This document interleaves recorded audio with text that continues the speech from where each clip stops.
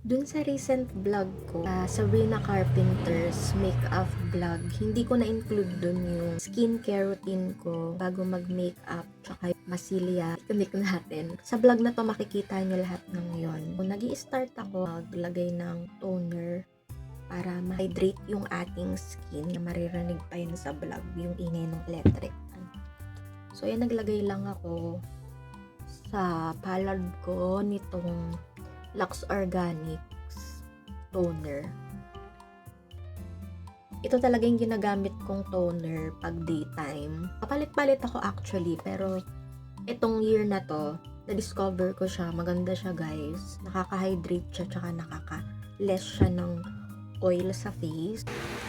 Lux Organics talaga yung ginagamit ko na sunscreen. Pero for today, try natin tong Kiehl's Dermatologist Solution, the Light Daily UV Defense. Yan, parang wala namang masyadong iniwan na white cast tong sunscreen ng Kiehl's. May brightening din siya, konti. And after naman natin maglagay ng sunscreen, yan, na sunscreen muna bago primer. Hindi talaga gumagamit ng primer, pero kasi meron akong bagong primer galing kay Ate Angie. Shoutout kay Ate Angie. From Smashback, Photo Finish Oil and Shine Control. Ang kaamoy niya yung petroleum jelly. Parang amoy Vaseline siya. Tapos, medyo may cooling effect. After nito, lip balm. Patuyuin muna natin yung primer bago tayo malagay ng foundation, concealer, ganyan. Balm lang muna tayo para mamaya. Labi natin is nagbabalat. Dun sa gagayahin natin makeup ni Catherine, malapit dito sa shade na to yung lipstick niya doon. Para siyang lip tint lang, di siya matte lipstick na as in makapal. Parang siyang stain lang na ganito. Pero hindi siya shiny. Ito kasi lip balm siya, kaya shiny siya. Buburahin din natin ito mamaya. Tapos mag-a-apply tayo ng ibang lipstick. Kung i-analyze natin yung look ni Kat doon sa interview niya kay Tito Boy Abunda, hindi siya dewy look for me. Siguro meron lang siyang nilagay na highlighter dun sa temple ng cheekbones niya, nose bridge. The rest look natural to me. Ganun yung atake niya sa akin. Meron din akong bago ngayong na-receive na makeup. Detail Fresh Filter Natural Finish Foundation. Perfecto dun sa look na gusto natin i-achieve today. So, yan. Unti lang yung ilalagay ko dahil nga binigay lang siya. Tingin ko hindi ko talaga siya ka-shade. Ilalagay ko lang siya dun sa mga areas na gusto ko mukhang close pores tayo. Yan. So, visible naman sa ating video kasi wala talagang filter tong video na to. Gusto ko takpan yung mga open pores dito sa ating cheeks. Ay, maganda nga siya, guys. Dahil oily skin ako, nag-oxidize yung makeup pag nasa face ko na. Ngayon, mukhang okay siya, pero kasi umitim. Ang ganda niya, guys. Yung makeup ni Catherine do, hindi full face makeup, hindi siya plakadong-plakado. Yung parang natural lang, parang woke up like this, pero alam mong nag-effort pa din. So yan, dahil marami rin ako mga burog dito sa may gilid ng ating mata, naglalagay din ako dyan. Maganda siya. Sinisip-sip nung purse yung nilalagay mong product. Ang ganda niya, promise. Nakakakinis siya. Char. Kinis yarn. Yan. So, yan yung mga stubborn area ko. Diyan yung mga visible yung pores talaga. Dito kasi, pores lang talaga na open. Dito, tsaka dito. Meron talaga dyang mga bakas ng kahapon. So, yun yung tinatry natin takpan na mga bebe ko. Ang ganda niya, promise. So far, hindi pa siya nagda-darken. Shade pala nito is cashew. So yan, sana hindi siya mangitim mamaya. Ang ganda niya, gusto ko siya. Try naman natin tong Skin Fit. Shade niya is ivory.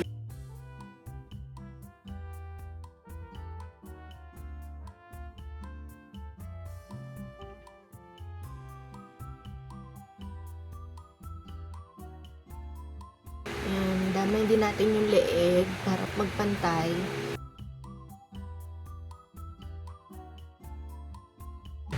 Yan, satisfied na ako sa nilagay kong foundation. Yan na yung outcome ng ating masilya na ginawa sa ating face. Next natin is itong kilay. Yung kilay ko, nasa mid lang siya eh. Hindi siya manipis, hindi rin siya makapal. So, medyo susundan ko lang din kung ano yung original na kilay ko. Pero yung kanya kasi mas manipis. So, ito siya. Nabibili lang to sa Shopee. Suake o Suake. Kayo na lang mag-correct. Eyebrow contouring. So, ganyan siya mga mi. Meron siyang brush na ganyan kaliit. Maglalagay lang ako ng konti dito sa lower part, inner side ng kilay. Kasi medyo yan yung walang buhok. Konting-konti lang. For me kasi, ang technique, pag gusto mo manipis lang, dapat magaan lang yung stroke mo. Tapos kapag gusto mong kumapal, diinan mo. Ganon. Yan, tinan nyo. Para lang siya nagkakaroon ng mga additional na buhok. Yan. Hindi tayo gagamit ng brush ha. Yan na talaga yung brush. Kung ano yung madrawing nyo yan na yun, hindi na natin i-blend. I-feel lang natin yung mga kalbo. Sa kabila, ganun lang din yung gagawin ko. Ang ayaw ko lang dito, dahil nga medyo nalalagyan ng foundation yung kilay natin. Kumakapit din siya sa brush. Tapos parang nababarahan. Kapag medyo nakita mo na namumuti na siya dahil sa foundation, punasan mo lang siya ulit para mas lumabas ulit yung makeup product sa eyebrow pen natin. Tapos na ganun lang kasimple. Dito na tayo, mag-proceed na tayo dito sa eyeshadow. Natural eyeshadow lang din yung ilalagay natin sa ating mata. So yan ang nilalagay ko lang, lightest shade na nakikita ko dito sa Etude House Beautiful Espresso. Yes. They got me every night. Oh, it's the sweet I guess so. So, next naman, morena kasi sika. Tingin ko, naglagay lang siya ng light brown dito sa outer eyelid. So, ang napili kong shade, 1, 2, 3, 4, 5. Yung pang-5 color. Curl ko lang tong mata natin. Ang ginagamit ko na mascara is Maybelline Hyper Curl. Then, gagamit tayo na Baby Comic Eyelash. Ang cute niya kasi para siyang pang-anime. Tapos, hindi siya cluster or hindi buo itong sa dulo. Papatuyuin lang natin to konti.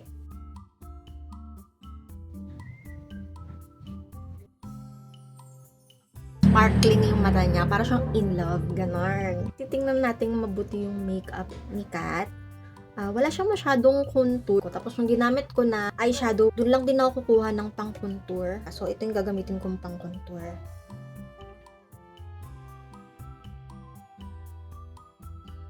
Unlike dun sa ginawa nating blush sa Sabrina Carpenter makeup look, yun kasi is pack na blush on.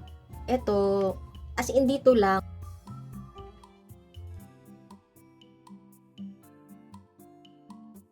the next naman is highlighter. Yung gagamitin ko ngayong highlighter is liquid illuminator. Usually, or nilalagay ko to dun sa liquid foundation ko. Ruby Rose din yung brand nito. Diba? Inulos ko na yung lip balm, pero may kulay pa din. O yan, tingin ko pwede na to. Lalagay lang tayo ng konti. Bawasan lang ulit natin yung nilagay natin.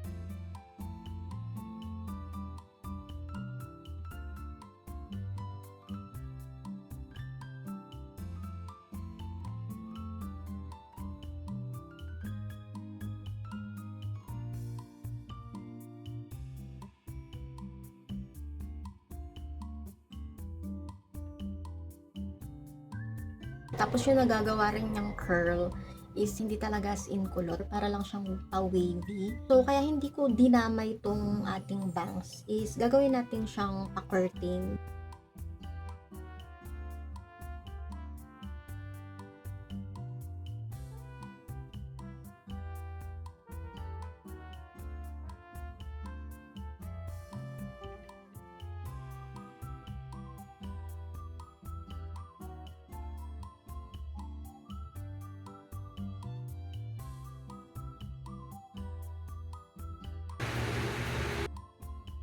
Eme-eme lang tayo. na Catherine Bernardo look. Yun lang guys, thank you sa panonood. So ito yung look niya kapag mas malapit tayo sa ating studio life. Kung gusto nyo ring magkaroon ng daytime na pang date look, gahin nyo siya, sundan nyo siya.